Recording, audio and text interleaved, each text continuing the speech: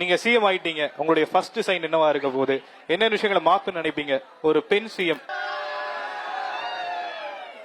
Almost எல்லாருமே students எல்லாருமே வந்து அவங்களோட கருத்துக்களை சொல்லிட்டாங்க.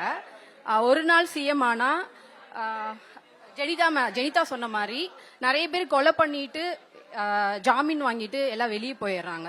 ஸோ அவங்கள வந்து அதே மாதிரி தான் அவங்க கொலை பண்ணவங்கள வந்து பாத்தீங்கன்னா அவங்க பேரண்ட்ஸ் வந்து என் பையன் இறந்துட்டான் அப்படிங்கிற மாதிரி அதுக்கு தான் ஃபீல் பண்றாங்களே தவிர மற்ற குடும்பத்தை பத்தி யாரும் கவலைப்படுறது இல்ல.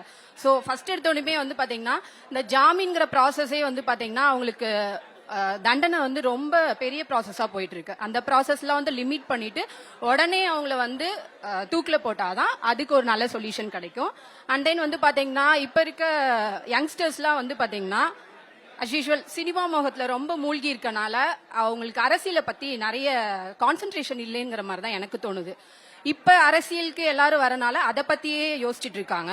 முன்னாடி அரசியல் தலைவர்கள்லாம் இருக்காங்க, அவங்கள ஃபாலோ பண்ணிட்டு வரவங்கள பேஸ் பண்ணிட்டு அவங்களோடலாம் என்னன்னு ஃபர்ஸ்ட் படிக்கணும், புரிஞ்சுக்கணும், அதுக்கப்புறமேலு பண்ணுனா பரவாயில்லன்னு நினைக்கிறேன். அதே மாதிரியே வந்து பாத்தீங்கன்னா அந்த என்ன சொல்றது ஆர்ப்பாட்டத்துல எல்லாம் வந்து பாத்தீங்கன்னா ரொம்ப ஒரு மாதிரி பசங்க யங்ஸ்டர்ஸ் வந்து புரிதல் இல்லாம நிறைய விஷயங்கள் பண்றாங்களோன்னு தோணுது. அவங்க வந்து ஃபுல்லா புரிஞ்சுக்கணும். அதே மாதிரியே விவசாயிகளுக்கு வந்து பாத்தீங்கன்னா ஃபர்ஸ்ட் வந்து ப்ரிஃபரன்ஸ் கொடுக்கணும். நான் அதை தான் கொடுப்பேன். அதே மாதிரியே ஏழை எளிய மக்களோட வந்து ஒன்னா இருந்துட்டு அவங்க கூட நான் வந்து பயணிக்கணும்னு நினைக்கிறேன்.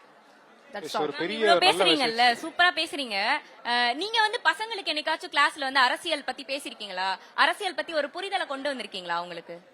நான் எவ்வளவோ என் பசங்களுக்கு வந்து அரசியலை பத்தி புரிதல் பண்ணிருக்கேன். பட் ஆனா அவங்க கேக்குற மாதிரி இல்ல. கேட்பாங்கன்னு நான் காட பிலீவ் பண்றேன். That's all. கண்டிப்பா நீங்க நினைக்கிற மாற்றம் வரும்.